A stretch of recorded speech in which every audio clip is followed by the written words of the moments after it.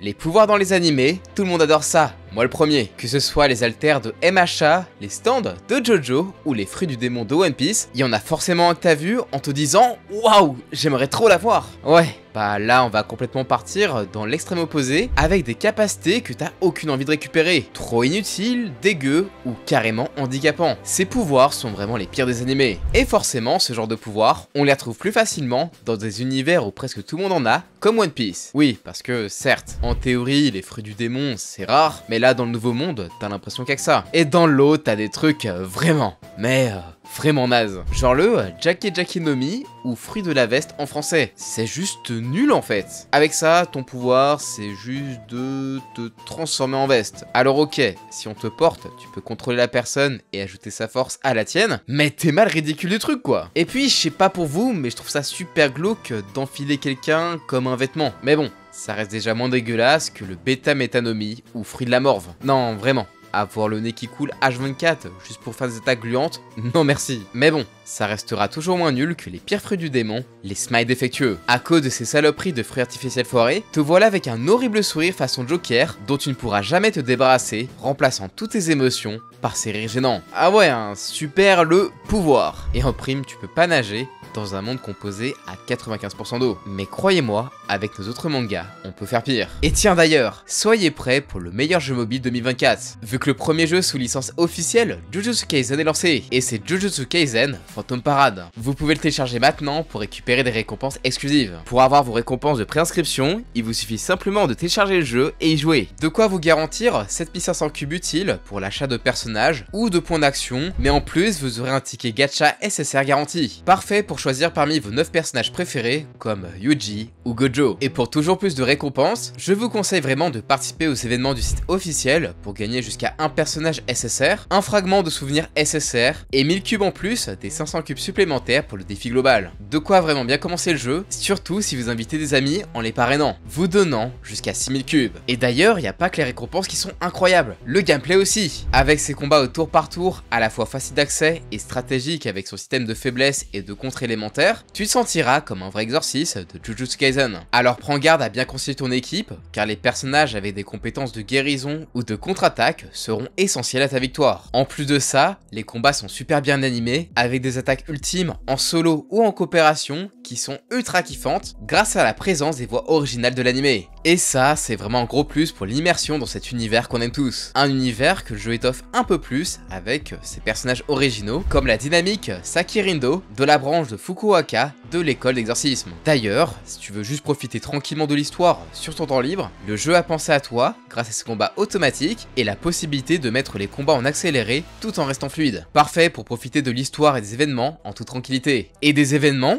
il va y en avoir plein, et ce, dès la sortie du jeu. Déjà avec la célébration du lancement à Séoul, Tenpei et Los Angeles. Alors si toi aussi t'es fan de l'univers de Jujutsu Kaisen, n'attends plus et fonce cliquer sur mon lien en description pour télécharger le jeu et te lancer pleinement dans l'aventure Jujutsu Kaisen Phantom Parade pour constituer la meilleure équipe possible. Et merci à eux de leur soutien.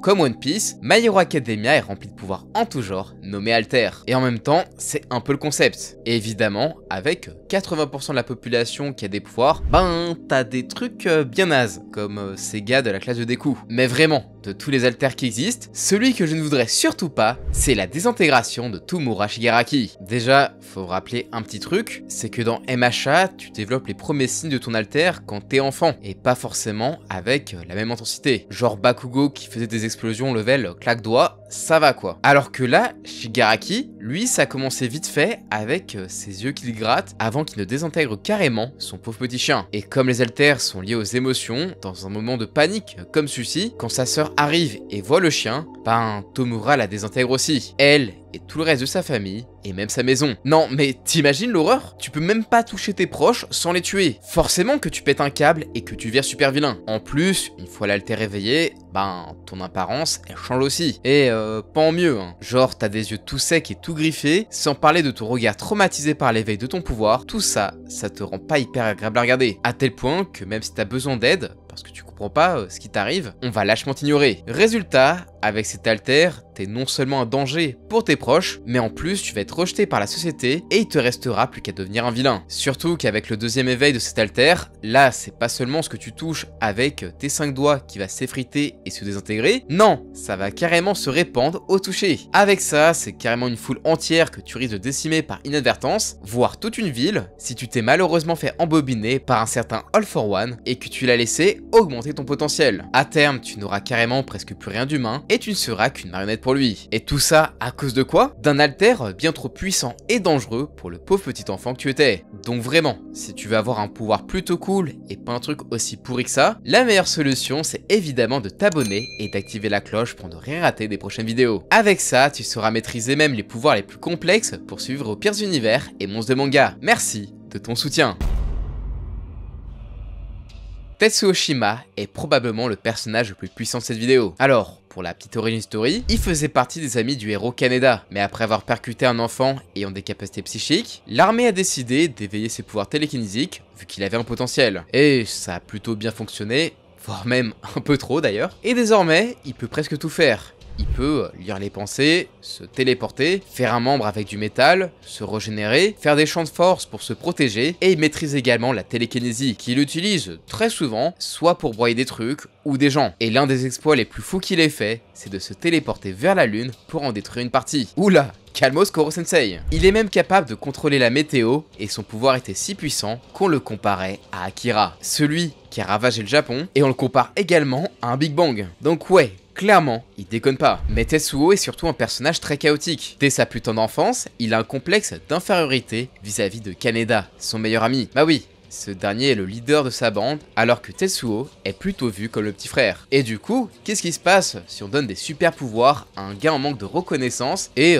qui est mal dans sa peau? Et bah, ça en fait un connard qui veut montrer sa supériorité. Et le pire, c'est qu'il n'a aucune limite. Alors, dans le manga, vu que oui, le manga et l'anime sont très différents, lorsque Akira se révèle et que Neo Tokyo est ravagé, Tetsuo devient le premier ministre d'un empire représenté par Akira. Enfin, représenté. Là, c'est plus une mascotte qu'autre chose. Et tout au long du manga, on verra Tetsuo vouloir montrer une forme de supériorité, que ça soit par la force ou en ayant carrément des esclaves sexuels. Non, vraiment, c'est l'incarnation du pouvoir tombé dans de mauvaises mains. C'est un personnage vraiment sombre et si tu veux pas avoir ses pouvoirs, c'est parce que tu vas vraiment basculer dans la folie à cause de ses capacités beaucoup trop grandes. Mais bref, on voit dès le début qu'il a un plus gros potentiel que tout ce qu'on a vu, et qu'il est au même niveau qu'Akira. Même tous les experts réunis ne parviennent pas à le vaincre. Toutefois, Tetsuo souffrira de ses pouvoirs, vu qu'il monte en flèche tout au long de l'œuvre. Genre, ça lui donne des maux de tête et des hallucinations tellement violentes qu'il écrabouille tout ce qu'il croise. Et même si les effets des capsules atténuent ses pouvoirs et ses maux de tête, bah au bout d'un moment, il se droguera plus, et ses pouvoirs deviendront beaucoup trop gros pour lui. À tel point qu'il fait des massacres pour rien, ou régresse au point de se comporter comme un enfant, devant même être rassuré. Sauf que ses pouvoirs évoluent bien trop vite pour son corps, et il commence à grandir de manière horrible, ou carrément à fusionner avec des objets mécaniques. Résultat, à la fin du manga et de l'anime, Tetsuo est carrément dépassé par ses propres pouvoirs et devient un truc vraiment immonde en ayant la pire transformation des mangas. Non, vraiment, tu sens qu'il souffre, et le pire, c'est que la version en manga est encore plus hardcore. Donc même s'il a plein de pouvoirs ultra stylés que j'aimerais vraiment bien avoir, personnellement je suis pas chaud. Les maux de tête incessants, le corps qui grandit et la mutation finale qui a l'air d'être vraiment très douloureuse, non, vraiment, non merci.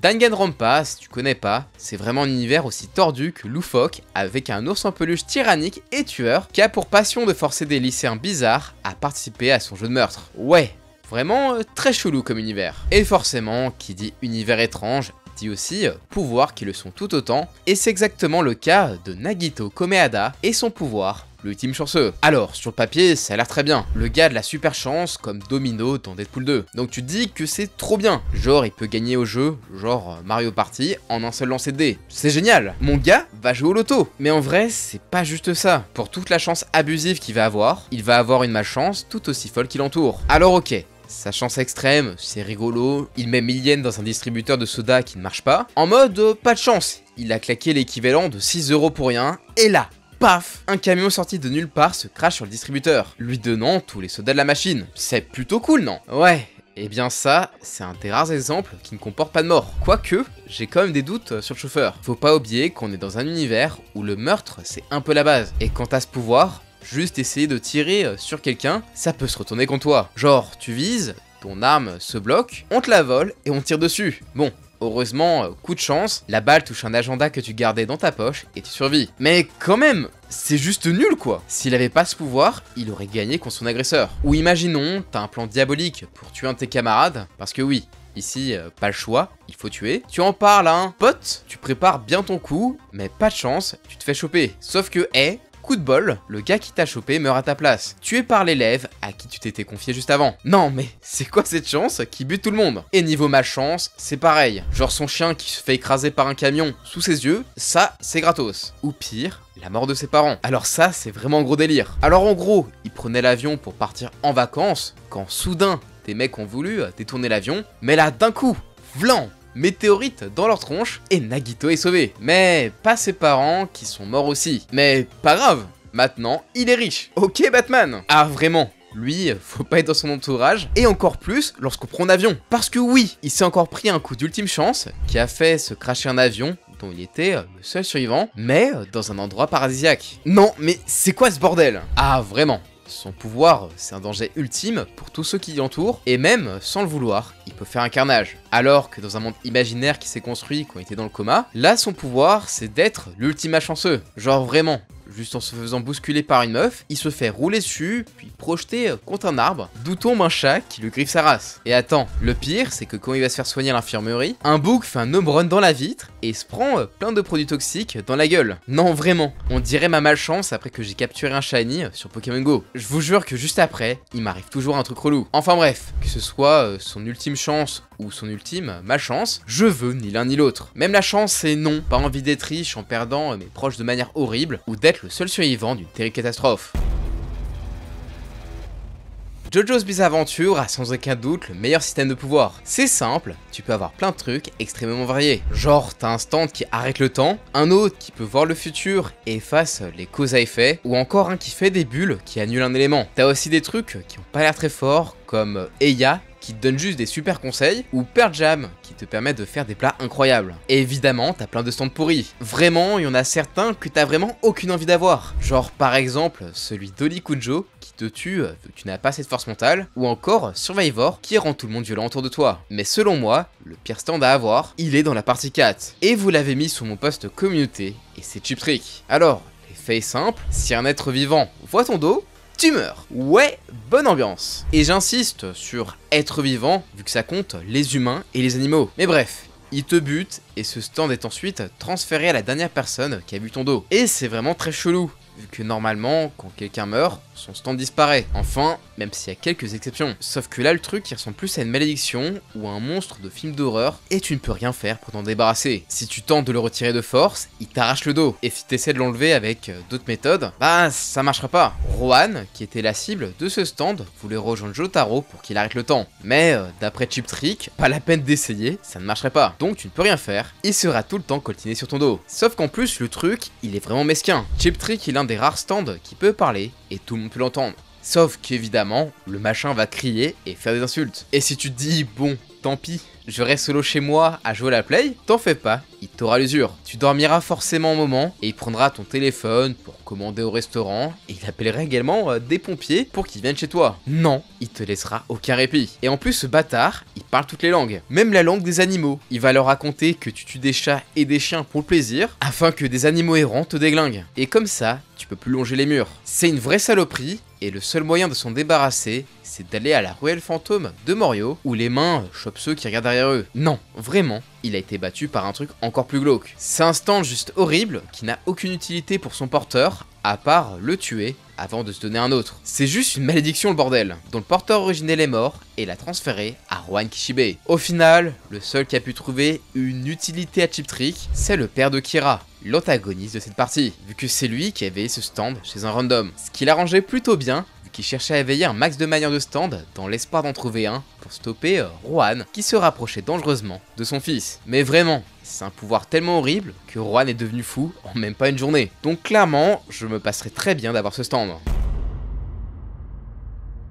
de tous les pouvoirs qu'on a vus aujourd'hui, aucun n'arrive à la cheville de la régénération d'Agni. Alors, c'est sûr que dit comme ça, ça a l'air cool, genre comme Deadpool et Wolverine qui peuvent régénérer leur corps en cas de blessure. Sauf que c'est un peu plus triste que ça. Déjà, vu que t'es dans un monde ultra pauvre et en manque de nourriture, ben, t'auras beau être un gamin, t'auras pas trop le choix que de te démembrer pour faire des stocks de bouffe à vendre aux autres villageois. Et même si tu te régénères rapidement, t'as quand même la douleur. Mais le pire, c'est si tu es victime d'un autre pouvoir. Typiquement, si comme Agni, tu te fais cramer la gueule par un pouvoir de feu qui ne s'éteint pas, tu vas certes rester en vie, mais à quel prix? Ton corps va constamment brûler et se régénérer en boucle, te laissant aux proies des souffrances apportées par ces flammes, et ce, malgré le froid et la neige. Non, le bordel, c'est l'Amaterasu d'Itachi. Résultat, il faudra 3 ans à Agni pour ne serait-ce qu'arriver à se relever, se tranchant la langue avec les dents pour tromper la douleur. Je le répète, 3 ans. Après 5 ans, son cerveau enfin finit par assimiler la douleur, même si les flammes l'empêchaient de bien respirer. Il aura fallu 8 ans de souffrance pour qu'il assimile à la dure comment contrôler sa régénération, mais franchement,